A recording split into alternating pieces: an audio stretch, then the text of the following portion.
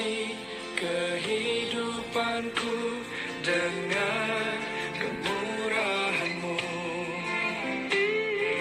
Kau rancangkan masa depanku penuh dengan harapan. Aku ada saat ini, semuanya karena kasih-Mu. Aku hidup hari ini, semua berkat kemurahan-Mu. Terima kasih, Yesus, Engkau sangat baik, teramat baik. Aku ada saat ini, aku ada semuanya karena kasih, semua karena kasih. Hidup hari ini, semua berkat kemurahan-Mu. Terima kasih, Yesus, Engkau sangat baik, teramat baik bagi. Haleluya. Shalom Bapak Ibu, selamat pagi. Selamat kita jumpa lagi, siap mendengarkan firman Tuhan ya. Firman Tuhan katakan kita harus bisa mendengar suara gembala kita, gembala agung kita, supaya kita mengerti kemana harus melangkah. Pagi hari ini mari siapkan hati, buka Matius 4 ayat 1 ya. Saya baca buat Bapak Ibu Saudara. Matius 4 ayat 1, firman Tuhan.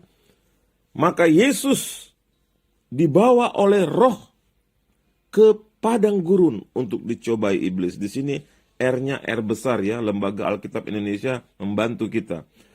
Yesus dibawa oleh Roh, R besar, berarti pribadi Allah sendiri.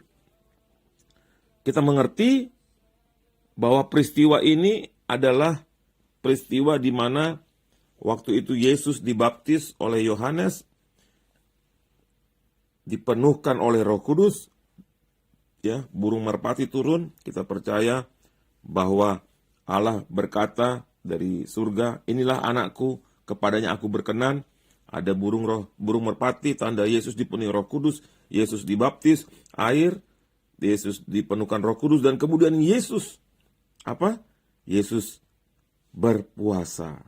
Setelah itu jumpalah kita di sini setelah berpuasa 44 hari, 40 malam. Inilah ayat selanjutnya yang kita baca. Yesus dicobai oleh iblis. Bapak Ibu Saudara, Yesus dicobai oleh iblis, tetapi kita tahu ceritanya, Yesus menang. 3 kali dia dicobai oleh iblis, tetapi 3 kali itu juga dia bisa melawan iblis, mengalah dan mengusir iblis. Kemudian apa yang terjadi? Lukas 4 ayat 13 ya. Sesudah iblis mengakhiri semua pencobaan itu, ia mundur daripadanya dan menunggu waktu yang baik. Bayangkan Bapak Ibu Saudara, Yesus dicobai, Yesus menang. Apa yang dilakukan iblis? Iblis mundur, tapi menunggu waktu yang baik. Kita perhatikan pola ini.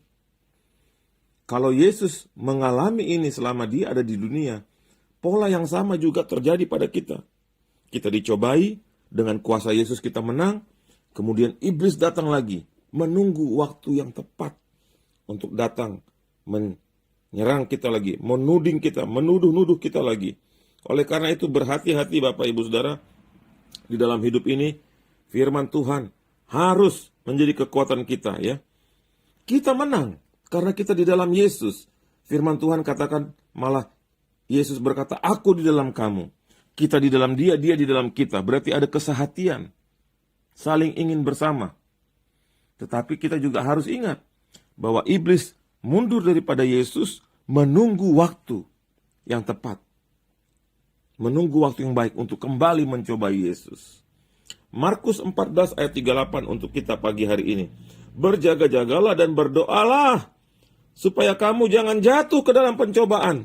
Roh memang penurut, tetapi daging lemah. Mari kita berhati-hati dengan hidup ini. Berhati-hati dengan pilihan yang kita lakukan, Bapak Ibu Saudara. Berhati-hati dengan apa yang kita dengar, apa yang kita lihat. Karena iblis bisa menyerang.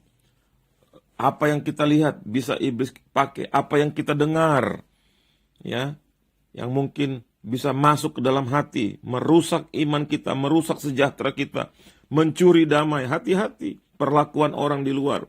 Kita harus selalu, setiap hari, harus selalu memiliki firman Tuhan. Supaya kita tinggal di dalam Tuhan Yesus. Supaya kita selalu dibentengi dari serangan-serangan ini. Dan supaya kepada kita diberikan hikmat. Pada waktu kapan iblis datang mencobai kita. Tuhan menolong kita. Ya. Matius 4 ayat 4 katakan, tetapi Yesus menjawab, ada tertulis, manusia hidup bukan dari roti saja, tetapi dari setiap firman yang keluar dari mulut Allah. Marilah pagi hari ini kita mengerti kenapa kita harus membaca firman. Kenapa kita harus menerima firman setiap pagi sebelum kita beraktivitas? Karena ini. Karena firman Tuhan katakan, manusia hidup bukan dari roti saja, tetapi dari setiap firman yang keluar dari mulut Allah. Yaitu ini. Firman yang keluar dari mulut Allah, firman yang kita baca itu. Inilah yang menjadi kekuatan kita, kemampuan kita. Untuk kita tahu kapan iblis menyerang. Kalau iblis tahu waktu yang baik, kita juga harus tahu kapan iblis menyerang. Sehingga kita setiap saat berjaga-jaga. Jangan sampai ada panah-panah iblis menyerang kita. Dalam keadaan kita lemah, dalam keadaan kita sibuk. Kegiatan hari-hari, kegiatan pelayanan, kegiatan bisnis, kegiatan dalam mengasuh anak. Kita sibuk, capek, dan iblis tahu waktu yang tepat. Di situ kita harus hati-hati Bapak Ibu ya. Tapi percayalah, bersama Yesus ada kekuatan, ada kemampuan. Mari kita berdoa bersama, meminta kekuatan daripada Tuhan Yesus dan meminta hikmat bagaimana kita bisa menang. Bapa, di dalam nama Tuhan Yesus, kami mengangkat tangan kami ke surga Tuhan. Tanda penghormatan, pengagungan, tanda kami berseru berserah, dan kami percaya Tuhan Yesus, pagi hari ini kami akan mendapatkan kekuatan daripada Tuhan, daripada firman-Mu. Kami kuat untuk berjaga-jaga, untuk tidak lengah Tuhan. Dan kami berdoa hari ini kepada setiap kami, diberikan kemampuan, semangat, sukacita untuk berjalan dan percaya bahwa Yesus sudah menaklukkan semuanya, dan kami pun ada tinggal di dalam-Mu Yesus. Kami pun menang bersama-sama dengan Engkau.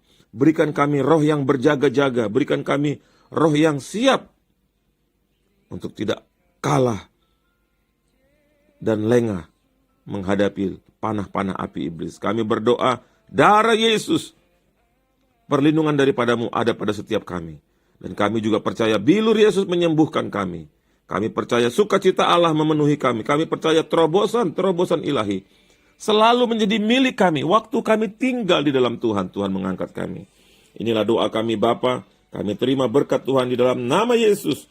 Kami berdoa mengucap syukur. Haleluya.